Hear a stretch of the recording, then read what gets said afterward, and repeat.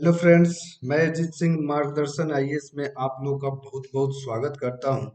जैसा कि आप सभी को पता है, मैं आप लोग के समक्ष एलएसडब्ल्यू वैकल्पिक विषय जो कि बीपीएससी एवं जेपीएससी में आपके लिए एक महत्वपूर्ण विषय के रूप में, वैकल्पिक विषय के रूप में बहुत ही ज्यादा प्रतिष्ठित और स्कोरिंग सब्जेक्ट के रूप में अपने आप को स्थापित कर चुका है। और इसके विषय में मैं आप लोगों को विशेष तौर पे इसीलिए सजेशन देना चाहूंगा कि इसका सिलेबस बहुत सीमित होता है और बहुत यानी 1.5 से 2 महीने में आप निश्चित रूप से इसके सिलेबस को तैयार कर सकते हैं। और इसके एवज में आपको जो टाइम का बचत होगा, आप जीएस फर्स्ट और जीएस सेकंड पे लगा करके आप बीपीएससी एग्जामिनेशन में या जेपीएससी में आप टॉपर की श्रेणी में अपने आप को पा सकते हैं। दोस्तों, होता क्या है कि जब हम लोग कोई भी सब्जेक्ट ऑप्शनल सब्जेक्ट के रूप में हमको चयन करना है, तो हम लोग का क्या उद्देश्य होता है कि कोई ऐसा सब्जेक्ट चयन किया जाए जो कम समय में और बहुत ज्यादा स्कोरिंग हो और पढ़ने में ज्यादा सुलभ हो। तो यहाँ पे मैं अजीत सिंह मार्गदर्शन आईएएस के अंतर्गत आप लोग को यह बताना चाहूंगा कि आप लोग को करना कुछ नहीं है, मोबीशाला ऐप को डाउनलोड करना है और साथ ही साथ हमारे इंस्टीट्यूट यानी मार्गदर्शन आईएएस का इंस्टीट्यूट का कोड है मार्ग 8586। इसको आपको इंस्टीट्यूट कोड वाले कॉलम में डालना है, आप हमसे जुड़ जाएंगे। और विशेष तौर पे मैं आज आप लोग के सामने एक बहुत ही इंटरेस्टिंग टॉपिक एलएसडब्ल्यू का लेकर के आया हूँ। विस्तार पूर्वक मैं आप लोग से चर्चा करूंगा। सर्वप्रथम मैं आप लोग को कुछ इंफॉर्मेशन देना चाहूंगा। अगर हमारे टेलीग्राम से आप जुड़ना चाहते हैं, टेलीग्राम लिंक से जुड़ना चाहते हैं, तो मार्गदर्शन भाई अजीत सिंह टेलीग्राम लिंक है, वहां से आप जुड़ सकते हैं। या आप मोबाइल नंबर से भी हमारे साथ जुड़ सकते हैं, जैसा कि आपको 85 86 87 0918 या 81 78 33 54 61 दोनों में से किसी भी मोबाइल नंबर से आप मुझसे डायरेक्ट जुड़ सकते हैं। एलएसडब्ल्यू के विषय में कोई भी आपके सामने अगर समस्या आ रही है तो आप डायरेक्ट जुड़ करके समस्या का समाधान कर सकते हैं। विषय क्यों ऑप्ट करना चाहिए, क्या है इसकी विशेषताएं, प्रॉपर्टीज है, इसके विषय में अगर आपको जानकारी चाहिए उसके लिए भी आप मुझसे जुड़ सकते हैं। सब्जेक्ट स्कोरिंग है, किस तरीके से स्कोरिंग है, किस तरीके से प्रश्न पूछे जाते हैं, इसके लिए भी आप हमारे साथ जुड़ सकते हैं। इसीलिए मैं अजीत सिंह मार्गदर्शन आईएएस में एक बार फिर से आप लोग का स्वागत करता हूं। अब मैं विषय वस्तु के तरफ अगर मैं आऊं, तो विषय वस्तु आज हमारे पढ़ाने का विषय विषय वस्तु यह है श्रम, यानी श्रम अवधारणा एवं विशेषता। दोस्तों, किसी भी टॉपिक का अगर हम लोग शुरुआत करते हैं, जैसे आज हमारे टॉपिक का शुरुआत है एलएसडब्ल्यू, और आज हम लोग इसको शुरुआत करते हैं तो पहला टॉपिक यानी यहाँ से हम लोग स्टार्ट करते हैं तो श्रम को हम लोग को समझने की जरूरत होती है और साथ ही साथ इससे संबंधित अवधारणा क्या है और इसके प्रॉपर्टीज यानी विशेषताएं क्या है। अगर इन चीजों को हम समझ लेंगे तो बाद में हम लोग को जो एक्ट पढ़ना है, फर्स्ट सेक्शन के अंतर्गत जो 11 एक्ट पढ़ने हैं और साथ ही साथ सेकंड में 2 एक्ट पढ़ने हैं। और इसके अलावे जो हमारा इंडस्ट्रियल रिलेशन, इंडस्ट्रियल डिस्प्यूट के साथ साथ आप लोग को एक चीज मैं बताना चाहूंगा, कोड ऑफ कंडक्ट जो पढ़ना है उसको हम लोग विधिवत तैयारी कर सकते हैं। यानी जब श्रम को आप समझ जाते हो तब आप आगे बढ़ने के एलिजिबिलिटी ग्रहण कर लेते हो। यहाँ से एक प्रश्न आपके एग्जामिनेशन में अल्टरनेट ईयर में 1 क्वेश्चन पूछा जाता है, लगातार पूछा जाता है, लेकिन आप इसको अटेम्प्ट करोगे कि नहीं करोगे इसके विषय में मैं आपको कुछ मार्ग निर्देशन दूंगा। वर्तमान में अभी मैं आप लोग के सामने इस पर्टिकुलर टॉपिक को बहुत इलेबोरेट पे समझाने का प्रयास करूंगा। आप लोग हमारे साथ जुड़े रहें, वीडियोस को अंत तक देखने का प्रयास करें और साथ ही साथ आप लोग एलएसडब्ल्यू के मर्म को समझने का प्रयास करें। हम लोग आज श्रम को समझने वाले हैं और श्रम को समझने के लिए सर्वप्रथम जरूरत होती है श्रम कहते किसको है, इसका डिफिनीशन क्या है, इसकी परिभाषा क्या है, और श्रम संबंधी जो अवधारणा है उसको समझने की जरूरत होती है। और साथ ही साथ श्रम की जो विशेषताएं हैं, जो प्रॉपर्टीज हैं, कैरेक्टरिस्टिक्स हैं, उसको समझने की जरूरत होती है। अगर मैं इसको विस्तार देना चाहूं तो विशेषताएं में पहला विशेषता क्या हो जाएगा, दोषपूर्ण श्रम संघवाद। अगला प्रवासी स्वरूप होता है भारतीय श्रमिकों का, अस्थायित्व अभाव होता है, साथ ही साथ अनुपस्थित रहने की प्रवृत्ति होती है भारतीय श्रमिकों की, और साथ ही साथ औद्योगिक जीवन स्वीकार न करना, यह भी इसकी एक विशेषता के तौर पे आती है। और अगला जो विशेषता है इसका, कार्यकुशलता का नीचा स्तर, यानी भारत में अकार्यकुशल श्रमिक ज्यादा पाए जाते हैं। यह तमाम तरह के आपको क्या है कि यह विशेषताएं हैं। इसको इलेबोरेशन हम लोग आगे करेंगे। सर्वप्रथम हम लोग अगले चरण में अगर अध्ययन करें तो हमारा यह प्रयास है कि श्रम की परिभाषा को पहले हम लोग डिनोट करें, समझने का प्रयास करें। तो उसके एवज में अगर हम लोग देखें श्रम की परिभाषा, तो बहुत ही सामान्य शब्द में अगर कहा जाए तो श्रम का अभिप्राय उस प्रयास या मेहनत है जो किसी कार्य को पूरा करने हेतु की जाती है। वह प्रयास चाहे मनुष्य ही क्यों ना करे। यानी एक परिभाषा ऐसे भी आप दे सकते हैं।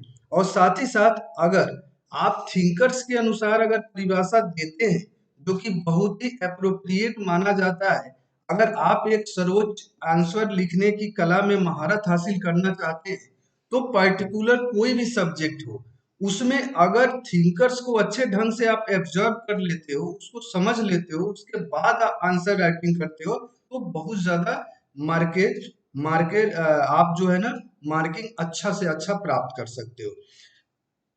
एसी टॉमस के अनुसार अगर कहा देखा जाए श्रम का परिभाषा, तो उन्होंने यह कहा कि श्रम मनुष्य का वह शारीरिक और मानसिक प्रयत्न है जो प्रतिफल की आशा में की जाती है। यानी टॉमस ने यह कहा कि श्रम मनुष्य का शारीरिक और मानसिक प्रयत्न है जो प्रतिफल यानी कुछ रिटर्न की आशा में जो किया जाता है उसको श्रम कहा जाता है। किसके द्वारा? एसी टॉमस के द्वारा यह परिभाषा दिया गया है। किसका? यानी श्रम का, यानी लेबर का परिभाषा किसके द्वारा दिया गया है? थॉमस के द्वारा। ठीक है।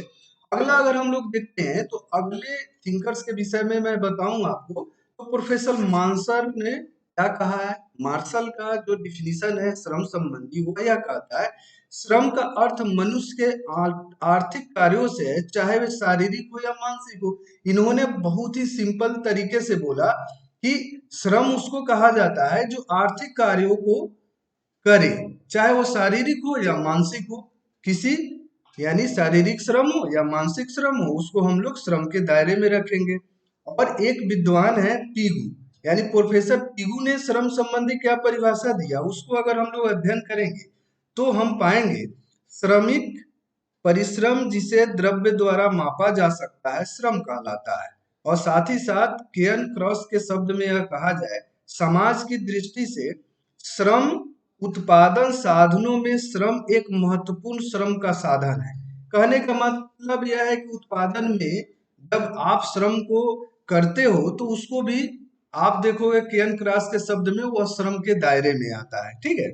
आगे हम लोग देखते हैं इसी से संबंधित, तो यदि भूमि या पूंजी का उचित प्रयोग नहीं होगा तो केवल इन साधनों के मालिकों को थोड़ी सी हानि होगी।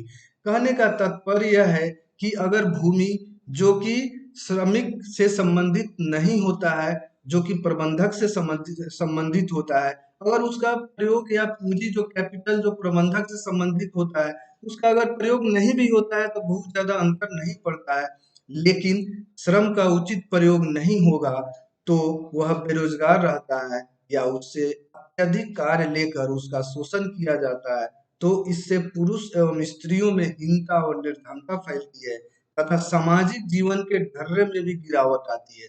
कहने का तात्पर्य यह है कि प्रबंध अगर चाहे तो क्या होगा कि अगर वह उचित इसका प्रयोग अगर भूमि और पूंजी का नहीं भी करे तो उसको बहुत थोड़ा सा हानि होगा, लेकिन सबसे ज्यादा जो प्रभावित होगा वह श्रमिक वर्ग प्रभावित हो सकता है। इसी उद्देश्य की पूर्ति के लिए आप देखोगे, यानी उपयुक्त जो डिफिनीशंस है इसके आधार पे आप निम्नलिखित तत्व श्रम में सम्मिलित होते हैं। और उन तत्वों का अगर मैं बात करूं तो पहला जो तत्व आपके सामने उपस्थित होता है वह है मानवीय प्रयास। पहला शब्द क्या है? मानवीय प्रयास। इसको अगर हम लोग देखते हैं तो इसके अंतर्गत आपको कुछ बिंदु को पढ़ना बहुत जरूरी है। श्रम शब्द का संबंध केवल मनुष्यों से है, पशुओं की चेष्टा से नहीं।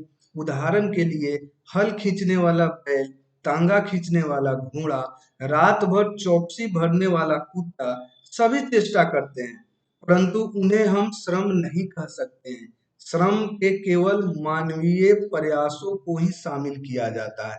कहने का तात्पर्य है, जिस भी श्रम में मानवीय प्रयास, यहाँ पे आपको दृष्टिकोण स्पष्ट होना चाहिए कि श्रम कैसा, जिसमें मानवीय प्रयास हो, उसी को हम लोग श्रम के दायरे में रखेंगे।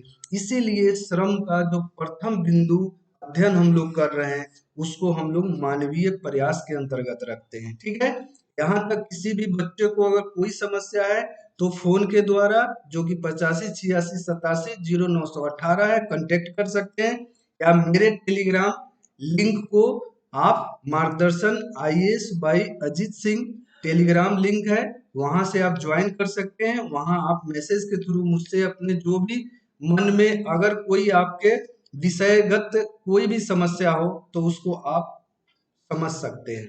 अगला जो बिंदु है, जो प्रमुख बिंदु है, मनुष्य के शारीरिक और मानसिक दोनों ही प्रकार के प्रयत्न, यानी दोनों, चाहे वह श्रम जो है आपका शारीरिक हो या चाहे वो मानसिक श्रम है, दोनों को हम लोग श्रम के एक बिंदु के रूप में, एक तत्व के रूप में शामिल करते हैं। इसके विषय में अगर मैं आपसे बात करूं तो मानवीय प्रयास का विभाजन दो वर्गों में किया जा सकता है। पहला, शारीरिक, अर्थात जो शरीर या हाथ पैरों से की जाती है, यानी सश्रम। दूसरा, मानसिक, अर्थात मस्तिष्क से की जाने वाले कार्य। कहने का तात्पर्य है, आप देखते हो मजदूर जो है, मजदूर शारीरिक श्रम करते हैं और कर्मचारी मानसिक श्रम करते हैं। दोनों को हम लोग श्रम के दायरे में रख सकते हैं। अगला जो बिंदु महत्वपूर्ण है वह यह कहता है, यह विभाजन केवल सैद्धांतिक है। व्यवहार में हमें पूर्णतया शारीरिक या पूर्णतया मानसिक श्रम का उदाहरण शायद ही मिले। प्रत्येक प्रकार के शारीरिक कार्यों के साथ कुछ मानसिक या मस्तिष्क का प्रयोग करना ही पड़ता है। यानी आप इस तरीके से कैटेगराइजेशन नहीं कर सकते हैं, शारीरिक मतलब सिर्फ शारीरिक, मानसिक मतलब सिर्फ मानसिक, यानी दोनों एक दूसरे को प्रभावित कुछ हद तक करते हैं और दोनों का एक दूसरे में हस्तगत भी होता है। इसी प्रकार बड़े से बड़े मानसिक कार्य के साथ थोड़ा बहुत शारीरिक श्रम भी अवश्य करना पड़ता है। इसी आधार पर प्राय सभी श्रम विशेषज्ञों ने श्रम के अंतर्गत शारीरिक एवं मानसिक दोनों ही प्रकार के प्रयासों को सम्मिलित किया है।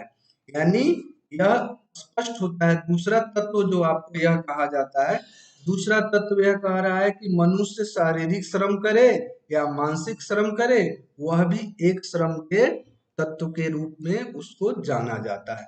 अगला जो महत्वपूर्ण बिंदु हम लोग देखने वाले हैं, जो एक महत्वपूर्ण तत्व के रूप में शामिल है श्रम के, वह है आर्थिक लाभ का उद्देश्य। इसके अंतर्गत हम लोग देखेंगे, श्रम के अंतर्गत मनुष्य के केवल उन्हीं कार्यों की गणना की जाती है जो लाभ की दृष्टि से अथवा धनोपार्जन के उद्देश्य से किए जाते हैं। जो कार्य मनोरंजन के लिए, स्नेह के लिए अथवा कर्तव्य पालना के दृष्टि से किए जाते हैं, वे श्रम की परिभाषा में सम्मिलित नहीं किए जाते हैं। ठीक है ना, यानी जो कार्य आप मनोरंजन से लिए कर रहे हो, स्नेह प्राप्त करने के लिए कर रहे हो, या अपने कर्तव्य को पालन करने के लिए कर रहे हो, तो वह आपका श्रम नहीं कहा जाएगा। श्रम उसी को कहा जाएगा जिसमें आपको लाभ के दृष्टिकोण से, धनार्जन, धन उपार्जन करने के दृष्टिकोण से किया गया कार्य ही आपको श्रम की श्रेणी में रखा जाता है। चाहे उन्हें संपन्न करने के लिए मनुष्य को कितना ही श्रम क्यों न करना पड़ा हो, अर्थात मानव कल्याण की दृष्टि से वे कितने ही महत्वपूर्ण क्यों न हो, मनुष्य के केवल उन्हीं कार्यों की गिनती श्रम के रूप में होती है जो प्रतिफल पारितोषिक अथवा आर्थिक लाभ से उद्देश्य से की जाती है। यह आपका मोस्ट वीवीआई है, इसको जरूर से जरूर आप लोग माइंड में स्थापित करने का कोशिश करेंगे, मन मस्तिष्क में अवस्थिति प्राप्त करने का कोशिश करेंगे, क्योंकि वैसा कार्य को श्रम की परिधि में रखा जाता है जो उसमें प्रतिफल मिले, पारितोषिक मिले और आर्थिक लाभ के दृष्टिकोण से करने के संबंधी कार्य है। अगला जो हम लोग प्रमुख तत्व देखेंगे श्रम संबंधी, उसको हम लोग कहते हैं नैतिकता से कोई संबंध नहीं, यानी इथिकल वैल्यूज आपको इसमें नहीं होता है। श्रम अच्छा है, बुरा है। यदि वह धन कमाने के उद्देश्य से किया जाए तो उसको श्रम कहा जाता है। यानी इथिकल वैल्यूज हो या न हो, नैतिकता हो या न हो, उससे कोई मायने नहीं है। बशर्ते आपको क्या है कि श्रम उसको कहा जाएगा आप जिसमें लाभ अर्जित करने का आपका प्रयास हो, धन उपार्जन का आपका प्रयास हो। अगला जो हमारा महत्वपूर्ण तत्व है मूर्त और अमूर्त। यानी अमूर्त रूप में श्रम से आशय मानवीय चेष्टा से है और मूर्त रूप में इसका आशय श्रमिकों या मजदूरों से है। इस प्रकार श्रम शब्द कभी तो श्रमिक के प्रयासों की ओर संकेत करता है तो कभी स्वयं श्रमिक की ओर। कहने का तात्पर्य यही है कि श्रम और श्रमिक दोनों को इस तरह से आप समझ सकते हैं। और सबसे जो महत्वपूर्ण बात है जो हम लोग अगले सेक्शन में हम लोग अध्ययन करेंगे वह है श्रम की अवधारणा। अभी हम लोगों ने क्या देखा, अभी हम लोगों ने यह देखा श्रम के तत्व, यानी श्रम के तत्व एलिमेंट्स ऑफ लेबर के अंतर्गत हमने अभी जो भी इसके एलिमेंट्स हैं तत्व है उसको हमने देखा। यह देखो एलएसडब्ल्यू बहुत ही सिंपल सब्जेक्ट होता है, बहुत ही सिंपल। आप सिर्फ 2-3 बार हमारे साथ वीडियोस को देख लेंगे, अध्ययन कर लेंगे, पर्टिकुलर सब्जेक्ट से पर्टिकुलर टॉपिक से संबंधित प्रश्नों का मैं बार बार आपको अभ्यास करा दूंगा तो निश्चित रूप से आप लोग जो है ना इस सब्जेक्ट के प्रति आश्वस्त रह सकते हैं और 70 to 85% नंबर बड़े आसानी से आप ला सकते हो। मैं बार बार अपने स्टूडेंट से कहता हूँ। अगला जो महत्वपूर्ण हमारा टॉपिक है श्रम की अवधारणा। यानी अवधारणा के विषय में अगर हम लोग श्रम की अवधारणा के विषय में जाने तो पहला नाम होता है, थिंकर्स के विषय में देखें तो मार्शल अल्फ्रेड का नाम होता है। श्रम को कार्य करने के प्रत्यक्ष रूप से मिलने वाले आनंद या सुख के अलावा आंशिक अथवा पूर्ण रूप से आर्थिक लाभ की दृष्टि से किए जाने वाले शारीरिक या मानसिक कार्य के रूप में परिभाषित किया जा सकता है। इसकी चर्चा अभी अभी हम लोगों ने शारीरिक और मानसिक जो तत्व के रूप में दोनों का समामेलन होता है, इसकी चर्चा हम लोग तत्व यानी श्रम के तत्व वाले खंड में हम लोग अध्ययन कर चुके हैं। उसी की बात अल्फ्रेड के द्वारा की गई है। श्रमिक, कर्मचारी अथवा कामगार जैसे शब्दों का प्रयोग उस व्यक्ति के लिए किया जाता है जो अपने मानवीय परिश्रम के जरिए जीवन यापन करता है। साथ ही साथ मानवीय श्रम का अभिप्राय यहाँ शारीरिक अथवा मानसिक दोनों प्रकार के कार्यों से है। श्रम के बदले मजदूरी अथवा वेतन मिलता है। यहाँ पे यह है कि श्रम उसी को कहा जाएगा जिसमें आपके आर्थिक लाभ होंगे, यानी आपको मजदूरी मिलना चाहिए और साथ ही साथ उसके एवज में आपको वेतन मिलना चाहिए। उसी को हम लोग जो है ना क्या कहेंगे, उसको श्रम के दायरे में रखेंगे। और इस तरीके से स्पष्ट होता है कि आर्थिक हित आपका होता है, वेतन मिलता है आपको श्रम के बदले में। भारतवर्ष में श्रमिकों की स्थिति आपसे छुपी हुई नहीं है। लगातार हमारे समाज के अंतिम बिंदु तक आप देखोगे तो हमारे श्रमिक भाई बहन ही खड़े मिलेंगे और श्रमिकों की स्थिति लगातार केंद्र सरकार और राज्य सरकार के द्वारा सुधारने का प्रयास किया जा रहा है। लेकिन आजादी के इतने वर्ष बाद भी उनकी स्थिति परिस्थिति में जितना परिवर्तन होना चाहिए, जितना विकास होना चाहिए, उतना विकास अभी तक नहीं हो पाया है, जिसमें और ज्यादा कार्य करने की महती जरूरत है। अगला जो बिंदु हम लोग देखते हैं, श्रमिक की परिभाषा में वे सभी व्यक्ति सम्मिलित होंगे जो अन्य व्यक्तियों अथवा सामाजिक और आर्थिक संस्थाओं के लिए शारीरिक मानसिक कार्य करते हैं। इनको भी हम लोग श्रमिक के परिभाषा के अंतर्गत हम लोग रखेंगे। श्रमिक शब्द को व्यापक संदर्भ प्रदान किया गया है जिसमें कुशल, अकुशल, प्रशिक्षित, तकनीकी, पर्यवेक्षक, लिपिक वर्ग अथवा वेतन भोगी कर्मचारी भी सम्मिलित होंगे। सामान्यतः अर्धकुशल अथवा अकुशल वर्ग की शारीरिक श्रम करने वाले समस्त व्यक्ति श्रमिक की परिभाषा के अंतर्गत आते हैं। यहाँ पे आप देखते हो कि श्रमिक किसको आप कहते हो, यानी चाहे वो तो कुशल श्रमिक भी हो सकता है या अकुशल भी श्रमिक हो सकता है। आप देखते हो कि भारतवर्ष में स्थिति बहुत ही विकट है, यानी कुशल श्रमिकों की बहुत ही ज्यादा कमी होती है, अकुशल श्रमिक बहुत ज्यादा पाए जाते हैं भारतवर्ष जैसे विकासशील देश में। जिसका नतीजा क्या होता है कि यहाँ पे आपको बेकारी और बेरोजगारी बहुत ज्यादा पाई जाती है, क्योंकि श्रम जब तक कुशल नहीं होगा, चाहे आप सरकार के द्वारा या राज्य सरकार के द्वारा श्रमिकों का प्रशिक्षण लगातार कराया जा रहा है, कुशल उनको बनाने का प्रयास किया जा रहा है। केंद्र सरकार के द्वारा बहुत सारी योजना परियोजना उनकी कुशलता के वृद्धि करने के लिए चलाई जाती है। लेकिन उसके बावजूद भी अगर देखा जाए तो भारतवर्ष के अंतर्गत अकुशल श्रमिकों की संख्या ही ज्यादा है। आगे हम लोग देखते हैं, श्रमिक शब्द का प्रयोग कभी कभी समस्त श्रम शक्ति अथवा जनशक्ति के रूप में किया जाता है, जिसमें जीवन यापन के काम में लगे हुए समस्त व्यक्ति सम्मिलित किए जाते हैं।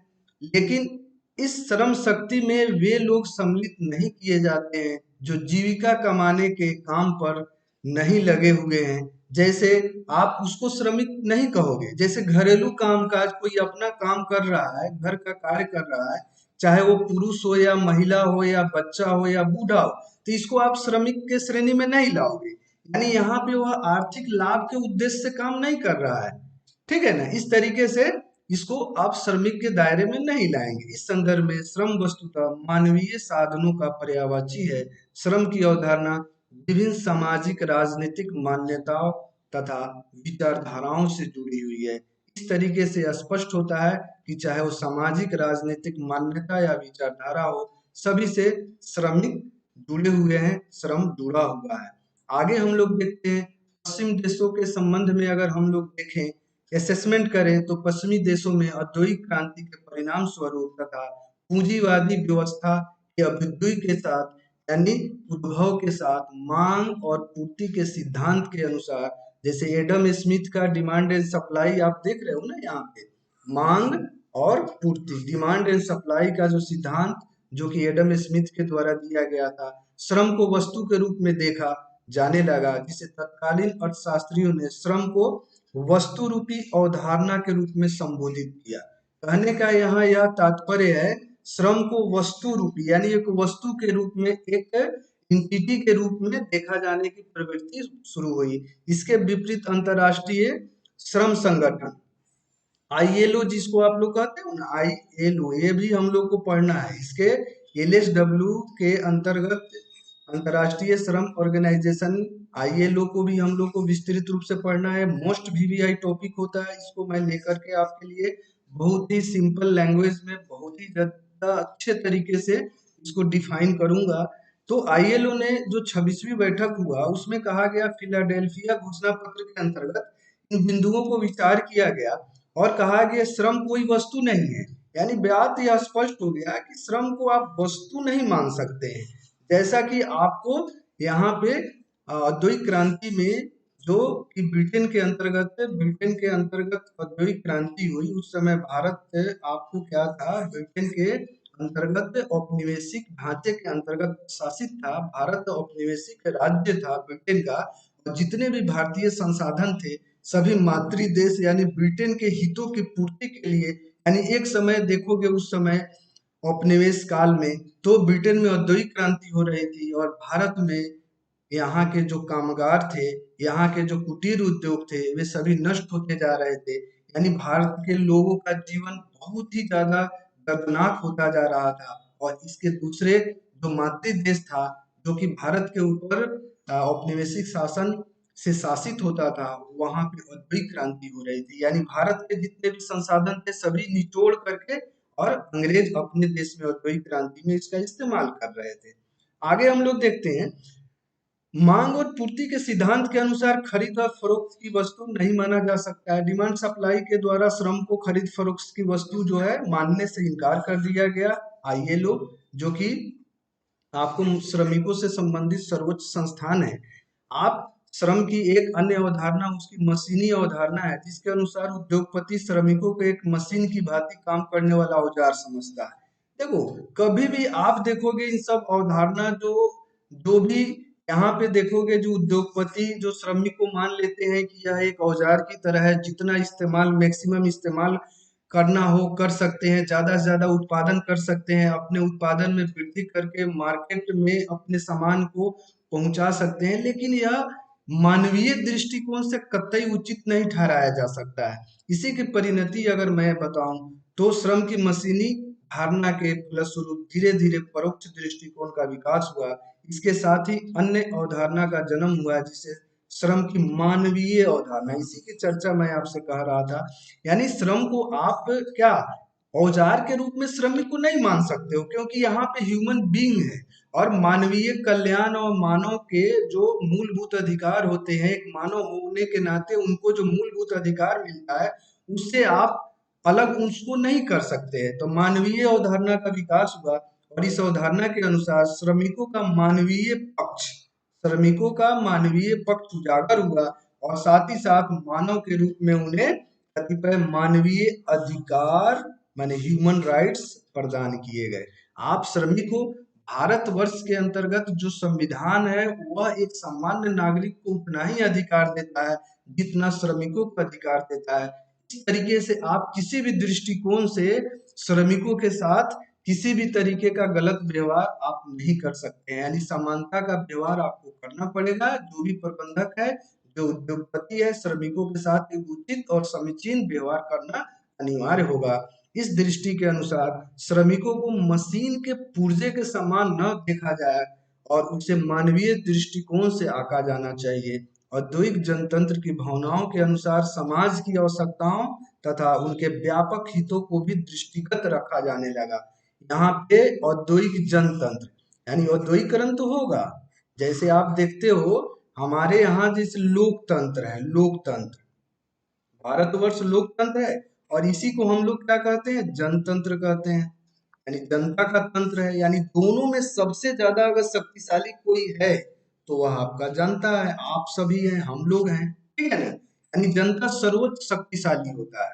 इसीलिए औद्योगिक जनतंत्र यानी जो प्रबंध में श्रमिकों की सहभागिता दे करके और वहां पे एक ऐसा माहौल क्रिएट किया जाए जिसमें औद्योगिक जनतंत्र की स्थापना हो सके। आगे हम लोग देखते हैं नियोजक तथा श्रमिकों के पारस्परिक संबंधों को रचनात्मक स्वरूप प्रदान करने के लिए साझेदारी के रूप में देखा जाता है, जिसकी अभी अभी मैं चर्चा कर रहा था। प्रबंध में श्रमिकों की सहभागिता, यह अगर देखा जाए कि प्रबंध में श्रमिकों की सहभागिता की स्थिति भारतवर्ष में बहुत ज्यादा प्रशंसनीय नहीं है। यहाँ पे प्रबंध में श्रमिकों की सहभागिता मरणासन स्थिति में है। यहाँ के उद्योगपति श्रमिकों को प्रबंध में सहभागिता देने से हिचकते हैं, लेकिन हमारा संविधान यह कहता है कि आपको 43 आर्टिकल 43A के अंतर्गत कहा जाता है कि प्रबंध में आपको क्या करना है, श्रमिकों की सहभागिता आपको देनी है।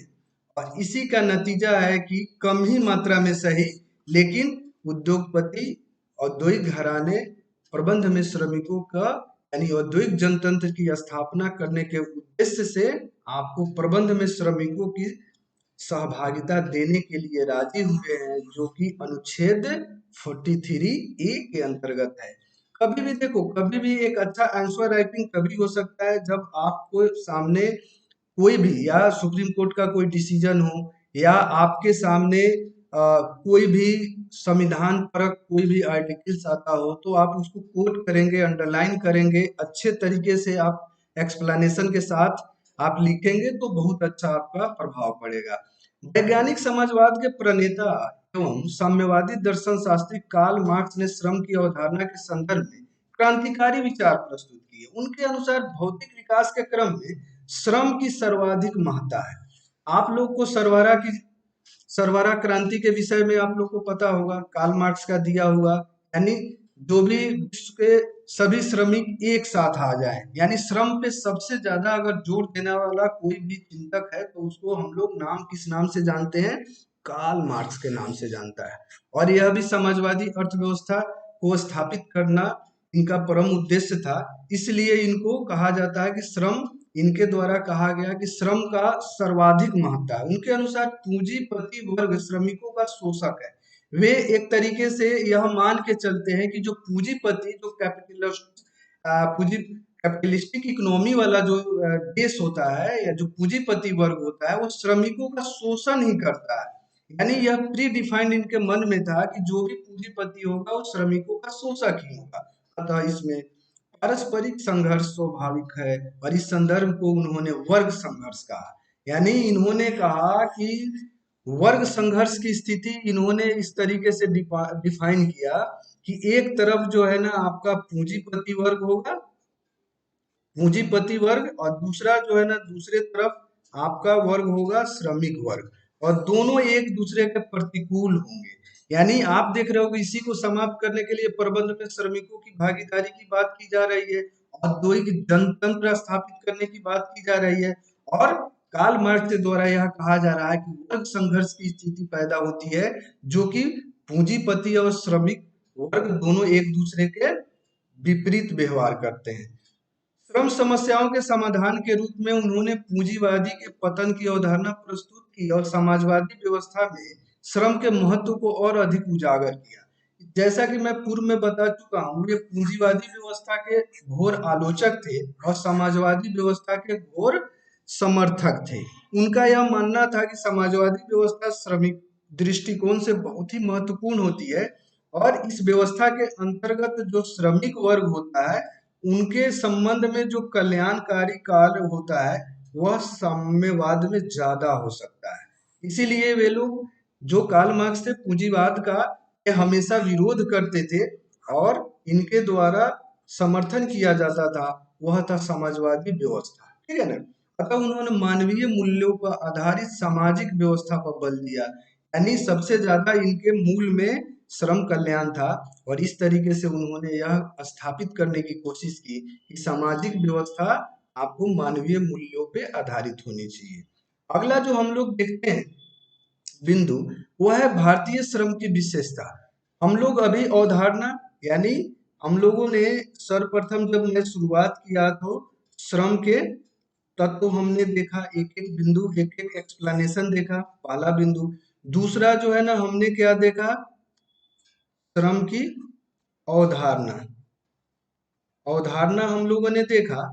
और अगला जो बिंदु हमारा पढ़ने के दृष्टिकोण से महत्वपूर्ण है वह है आपका विशेषता, श्रम की विशेषताएं। यह बहुत ही इंपॉर्टेंट है, और एक चीज मैं आपको बताना चाहूंगा कि यह आपको वीवीआई भी है, क्योंकि यहाँ से जो है ना अगर आपसे कई, देखो कभी भी प्रश्न पूछा जाता है तो कुछ टेल प्रश्न पूछा जाता है, यानी मेन प्रश्न होता है उसका एक टेल पूछा जाता है, तो टेल में पूछा जा सकता है, प्रबल संभावना होती है एसडब्ल्यू के अंतर्गत। इसको आप लोग देखोगे बहुत ही सिंपल है, बहुत आसान है। एक बार हमारे साथ अभी आप रह जाओ 10-15 मिनट में एक्सप्लेनेशन के द्वारा हर एक चीज इस पर्टिकुलर टॉपिक को मैं समाप्त करने वाला हूँ आज। अगला जो हमारा जो है ना ये भारतीय श्रम की विशेषता है। आपको विशेषता मैं अभी बता देता हूँ, उसके बाद आपका एकदम क्रिस्टल क्लियर हो जाएगा अप्रोच। प्रवासी स्वरूप, यानी आप देखते हो माइग्रेशन करके, यानी भारतीय श्रम की प्रवृत्ति प्रवासी होती है, यानी प्रवासी प्रवृत्ति इसकी विशेष विशेषता है। श्रम के प्रवासी स्वरूप का तात्पर्य यह होता है कि श्रमिक गांव से आकर नगरों में अस्थायी रूप से बस जाते हैं और मिलों और कारखानों में काम करते हैं। जैसा कि आप देखते हो, अगर आप ग्रामीण पृष्ठभूमि से हैं तो आपको यह पता होगा, आप इस चीज को महसूस किए होंगे कि गांव से बहुत सारा जो लेबरर्स होते हैं, जो श्रमिक होते हैं, वे दिल्ली मुंबई, आप जहां भी कारखाना की प्रोबेबिलिटी ज्यादा होती है वहां माइग्रेट करे जाते हैं, वहां पे काम करते हैं और फिर एक निश्चित समय के बाद अपने घर को आ जाते हैं, यानी अस्थायी रूप से वहां वो बसते नहीं है।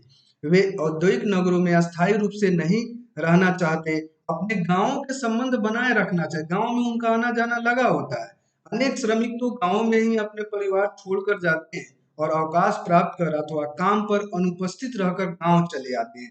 यह नेचर या प्रवृत्ति यह शो करता है कि प्रवासी स्वरूप होता है, यानी पहला विशेषता भारतीय श्रमिकों का यह है कि इनकी प्रकृति जो होती है वो प्रवासी होती है। अगला जो हम लोग देखेंगे, भारत में अधिकांश औद्योगिक नगरों में काम करने वाले श्रमिक वहां आकर्षित होकर नहीं आए हैं।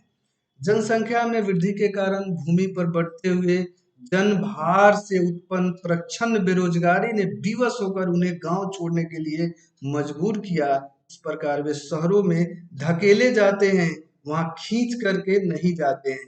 यानी आप इस विडंबना को समझे, कोई भी अगर मजदूर शहर के तरफ जाता है तो शौक से नहीं जाता है बल्कि मजबूरी बस जाता है, और अपने भौतिक साधनों की पूर्ति के लिए, जीवन जीने के न्यूनतम संसाधन की पूर्ति के लिए, पूरा करने के लिए वे मजबूरी बस अपने गांव को छोड़ करके शहर की तरफ जाता है और एक प्रवासी मजदूर के रूप में काम करता है। और जब भी उसको महसूस होता है, अपने घर की याद आता है, तो फिर से अपने गांव वापस आ जाता है।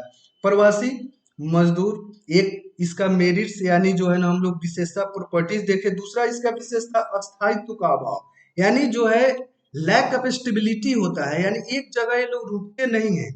भारतीय श्रमिकों में प्रवासी स्वरूप के कारण भारत औद्योगिक नगरों में श्रम की पूर्ति अस्थायी नहीं है। यानी जो औद्योगिक इंडस्ट्रियल प्लेस है, वहां पे श्रमिकों की पूर्ति अस्थायी नहीं है।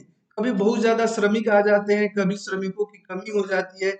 इस तरीके से देखा जाए तो श्रमिक निश्चित रूप से निश्चित जगह पे नहीं रहते हैं, बल्कि वे भ्रमणशील यानी कार्य करते हैं और फिर अपने वापस अपने गांव चले जाते हैं। श्रमिक जांच आयोग 1946 के अनुसार अगर देखा जाए तो यह औद्योगिक श्रमिकों में केवल 50% जो गांव से शहर में जाते हैं वह अस्थायी रूप से बस जाते हैं।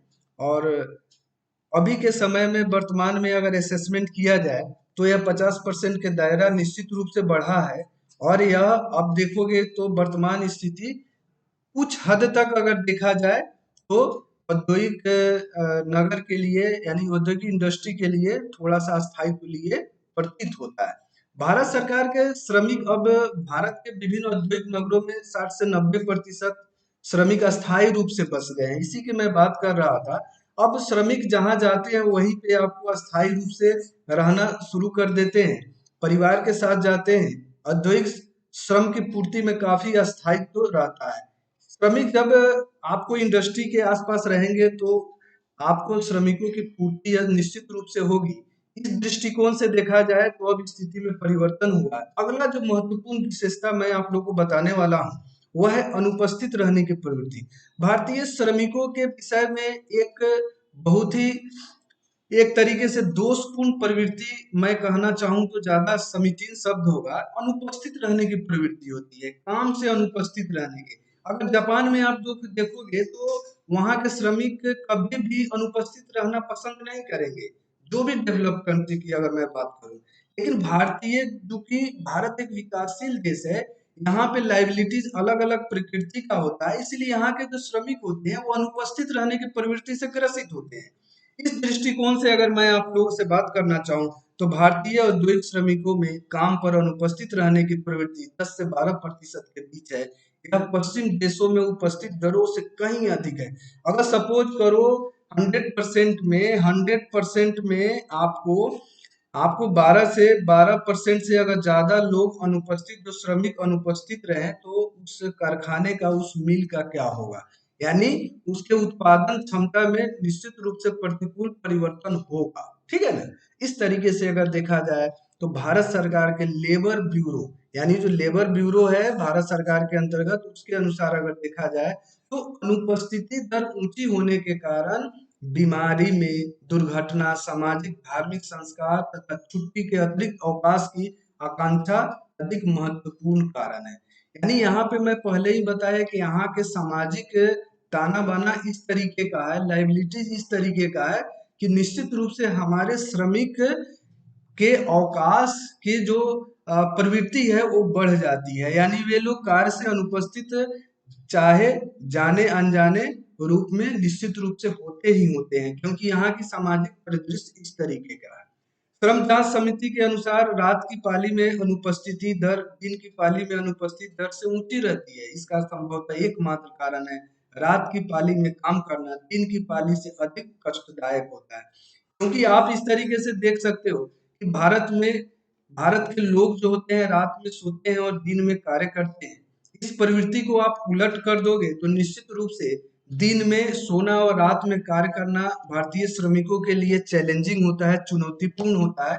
और इसीलिए रात की पाली में जिन श्रमिकों की ड्यूटी होती है, कार्य करने के लिए उनको बुलाया जाता है, तो उन लोगों में अनुपस्थिति का दर ऊंचा पाया जाता है। आगे हम लोग देखेंगे ऐसे श्रमिक जिनका गांव से संबंध रहता है, अक्सर कृषि कार्य में अपने परिवार के सदस्यों का सहयोग प्रदान करने के लिए गांव चले जाते हैं। अतः फसल की रोपनी एवं कटनी के समय, मैं पहले ही आपको बता चुका हूं कि भारतीय समाज का जो ताना बाना है, जो पारिवारिक स्थिति है, उस दृष्टिकोण से यहाँ पे अनुपस्थित रहने के दर को आप देख सकते हो कि आपको यह 12% से ज्यादा ही पाया जाता है। कहने का तात्पर्य यह है कि अलग अलग सामाजिक दायित्व को निभाने, अब सपोज करो कृषि कार्य, भारत एक कृषि प्रधान देश है और यहाँ के लोग कृषि कार्य में ज्यादा से ज्यादा योगदान देना चाहते हैं, तो ये लोग जो है ना औद्योगिक जगह से कार्य छोड़ करके, अनुपस्थित रह करके अपने लोगों को सहायता करने के लिए गांव आ जाते हैं। अगला जो महत्वपूर्ण विशेषता है वह है औद्योगिक जीवन स्वीकार न करना। यानी हमारे ग्रामीण परिदृश्य के जो मजदूर है औद्योगिक जीवन कभी स्वीकार करने के लिए तैयार नहीं होते हैं। यह आपका एक विशेष तौर पे इसकी विशेषता है। भारत में औद्योगिक श्रमिकों के बारे में यह सामान्य प्रचलित धारणा है कि उन्हें नगरों में रहते हुए भी औद्योगिक जीवन के प्रति लगाव नहीं होता है। यानी वे रहते तो हैं क्योंकि उनको जीवन जीना है, भौतिक संसाधनों की प्राप्ति करनी है, मजबूरी है, शहर में रहना जरूरी है, मजदूरी करना जरूरी है, लेकिन वो दिल से कभी भी इसके लिए तैयार नहीं होते हैं। श्रमिकों की प्रवासी प्रवृत्ति, ऊंची अनुपस्थिति दर के आधार पर यह धारणा बनी प्रतीत होती है कि इसमें संदेह नहीं है कि इस समय भी भारत के औद्योगिक श्रमिकों का भारी प्रतिशत गांव से जुड़ा हुआ है, परंतु इनमें से अधिकांश लोगों ने औद्योगिक जीवन को स्वीकार करना शुरू कर दिया है। ये लोग रिश्तेदारों से मिलने, छुट्टी मनाने अथवा विवाह शादी में सामाजिक संस्कारों के लिए ही गांव जाते हैं। यहाँ पे अब वर्तमान औद्योगिकरण के कारण, वर्तमान सामाजिक परिदृश्य के कारण, सामाजिक चुनौतियों के कारण उनसे निपटने के लिए अब श्रमिक इस चीज को मानने लगे हैं और शहरी जीवन को अपनाने लगे हैं। इस तरीके से अगला जो महत्वपूर्ण बिंदु जो प्रॉपर्टीज है उसको अगर हम लोग देखें तो कार्य कुशलता का नीचा स्तर। यह आप देखोगे कि जो भी अंडर डेवलपिंग या डेवलपिंग स्टेट्स होता है, जैसे भारत एक विकासशील देश है तो नेचुरल है यहाँ का कार्य कुशलता का स्तर नीचा होगा, और जैसे अब विकसित देशों में देखोगे कार्य कुशलता का स्तर ऊंचा होगा। इसमें घबराने की कोई बात नहीं है। हमारे सामने, भारत के सामने श्रमिकों से संबंधित बहुत सारी समस्याएं हैं। वर्तमान सरकार, पूर्व की सरकारों द्वारा लगातार प्रयास किया जा रहा है श्रमिकों के जीवन में आमूलचूल परिवर्तन करने का, और निश्चित रूप से वह परिवर्तन होगा भी और कार्यकुशलता बढ़ेगी। कार्यकुशलता के नीचा स्तर का पाया जाना, भारतीय श्रमिक पश्चिमी देशों के श्रमिकों की तुलना में कम कार्यकुशल समझे जाते हैं।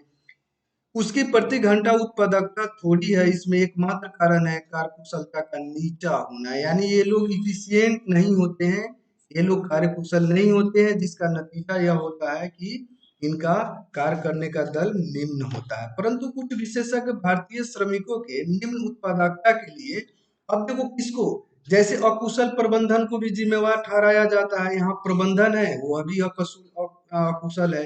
पुराने मशीनों के साथ काम करना होता है, यह भी एक निम्न कुशलता के लिए, कार्य कुशलता के लिए जिम्मेवार तत्व है। और तकनीकी रूप से जो है ना, जो भारतीय श्रमिक है वे अनजान है, यानी तकनीकी रूप से पिछड़े हुए हैं। इस कारण से क्या होता है, इफिशियंसी पे इसका लो लेवल इफिशियंसी के कारण जो है ये लोग प्रभावित हो जाते हैं। यानी इसके जो है ना कुशल प्रबंधन भी इनका क्या होता है, कुशल होता है, पुराने मशीन के साथ काम करना होता है, तकनीकी पिछड़ापन होता है, और यही सब ठीक इसके विपरीत होता है विकसित देशों में। इसलिए उसके श्रमिक क्या होते हैं, कार्य कुशलता के उच्च स्तर को पाते हैं और हमारे श्रमिक निम्न स्तर को पाते हैं। इस तरीके से अगर देखा जाए तो अगला जो महत्वपूर्ण हमारा बिंदु है वह दोषपूर्ण श्रम संघवाद। यानी भारत के श्रमिक वर्ग में चेतना का स्तर नीचा है। वे लोग जो है, भारतीय श्रमिकों में चेतना की कमी है और सामान्य श्रमिक श्रम ट्रेड यूनियन के विषय में बहुत सारा नॉलेज नहीं रखता है। अभी भी भारत के जो श्रमिक है ट्रेड यूनियन के विषय में बहुत सारी जानकारी नहीं रखते हैं, जिसका कारण है कि उनके हितों के ऊपर कुठाराघात प्रबंध के द्वारा किया जाता है, लगातार किया जाता रहा है। लेकिन वर्तमान समय में अगर मैं आपसे बात करूं तो अभी श्रमिक अपने अपने ऊपर ध्यान देना शुरू कर दिए हैं, अपने अधिकारों को जानना शुरू कर दिए हैं और श्रम संघ से जुड़ना शुरू कर दिए हैं, अपने अधिकारों के प्रति सचेत होना शुरू कर दिए हैं, जिसका नतीजा यह है कि जो भी श्रम संघ है वह श्रमिकों के जीवन स्तर को ऊंचा उठाने के लिए लगातार प्रयास कर रहा है। इसके अतिरिक्त श्रम विरोधी राजनीतिक दल, कुछ स्वार्थिक नियोजक वर्ग श्रमिक आंदोलन में फूट डालने का कार्य करते हैं। यह तो भारतवर्ष के अंतर्गत या पूरे वैश्विक रूप से इसको आप नहीं मिटा सकते हो कि कोई भी प्रबंधक होता है श्रमिकों की एकता को तोड़ना चाहता है और तोड़ करके और लाभ लेने की कोशिश करता है। लेकिन फिर भी जिस तरीके से ट्रेड यूनियन मजबूत होते चले जाएंगे, एक दूसरे के प्रति विश्वास यानी श्रमिक और श्रम संघ दोनों के बीच संबंध प्रगाढ़ होता चला जाएगा, तो निश्चित रूप से इस चीज को आप क्या करोगे, इस चीज को आप हाशिए पे डाल सकते हो। प्राय सभी श्रमिक यह निर्णय करने में असमर्थ रहते हैं कौन सा श्रम संघ उनके लिए अच्छा है।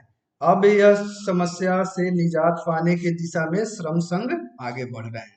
इस तरीके से अगर मैं बात करूं तो आज का जो हमारा टॉपिक है यहीं पे अब समाप्त होता है। मैं आप लोगों से कुछ निश्चित बात करना चाहूंगा। अगर प्रश्न यहाँ से आप देखोगे तो प्रश्न यहाँ से भी पूछे जाते रहे हैं। और प्रश्न क्या पूछा जाएगा कि आप देखो इस तरीके से पूछा जाएगा, श्रम से क्या समझते हैं, श्रम से क्या समझते हैं, इसकी विशेषता। देखो इस तरीके से यह सामान्य ही प्रश्न पूछे, विशेषताएं क्या है, सामान्य प्रश्न पूछे जाने की प्रवृत्ति है। एलएसडब्ल्यू में सामान्य ही प्रश्न पूछे जाते हैं।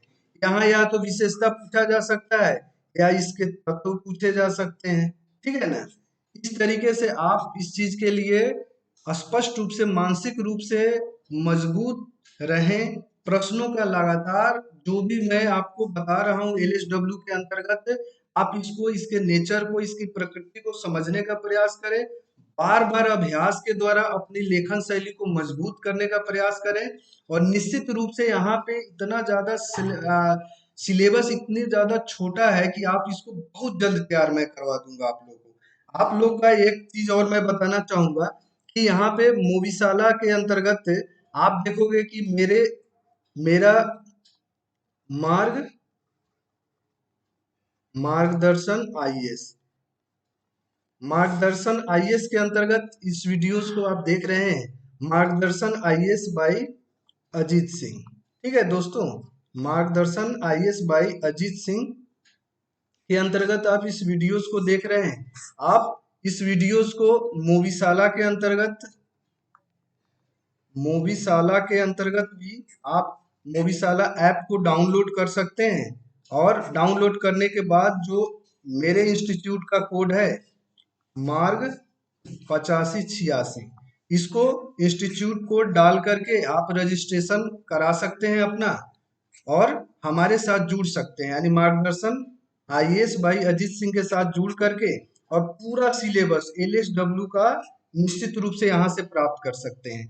इसीलिए मैं अपने स्टूडेंट्स को यह आश्वस्त करना चाहता हूँ, अगर एलएसडब्ल्यू में आप लोग को बहुत अच्छा करना है, चाहे आपको बीपीएससी, देखो यह हर एक एग्जामिनेशन के लिए नहीं है, यह बीपीएससी के लिए है, सीडीपीओ के लिए है जो बीपीएससी कंडक्ट करती है, और साथ ही साथ अभी आप देखोगे सीडीपीओ का आपका फॉर्म भी आया हुआ है।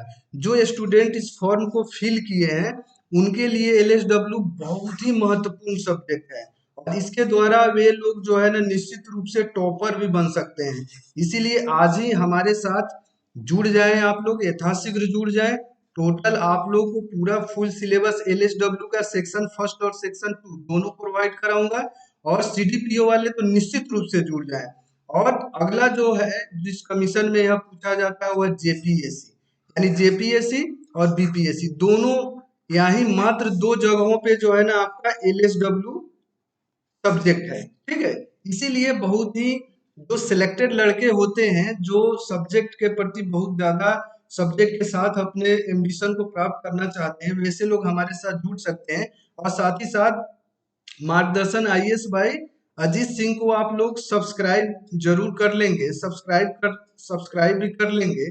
इससे क्या होगा कि आप बेल आइकन को भी आप प्रेस कर लेंगे, बेल आइकन को आप प्रेस कर देंगे, इससे क्या होगा कि कोई भी वीडियोज यहाँ पे अगर अपलोड होती है तो आपको नोटिफिकेशन चला जाएगा और आप हमारे साथ जुड़ जाएंगे, ठीक है ना। इसी के साथ आज हमारा पहला सेक्शन था। पहला सेक्शन के अंतर्गत श्रम से संबंधित इसके प्रमुख तत्व और इससे संबंधित प्रमुख अवधारणाओं के विषय में आज मैं वीडियोस लेकर के आपके सामने आया। एक प्रश्न यहाँ से निश्चित रूप से अल्टरनेट ईयर में पूछे जाते हैं, और साथ ही साथ आप लोग को मैं इस चीज के लिए आश्वस्त करता हूं कि आप मोबिसेला ऐप को डाउनलोड करें। मार्ग 8586 मेरा इंस्टीट्यूट कोड का इस्तेमाल करते हुए हमारे एप्लीकेशन पे ऐप पे आए और वहां पे स्टूडेंट के रूप में आप रजिस्टर कराएं, और उसके बाद जिम्मेवारी मेरी होगी आपके पूरा सिलेबस समाप्त करने का। इसी के साथ मैं आपका एडुकेटर अजीत सिंह आप लोग से विदा लेना चाहूंगा। जय हिंद।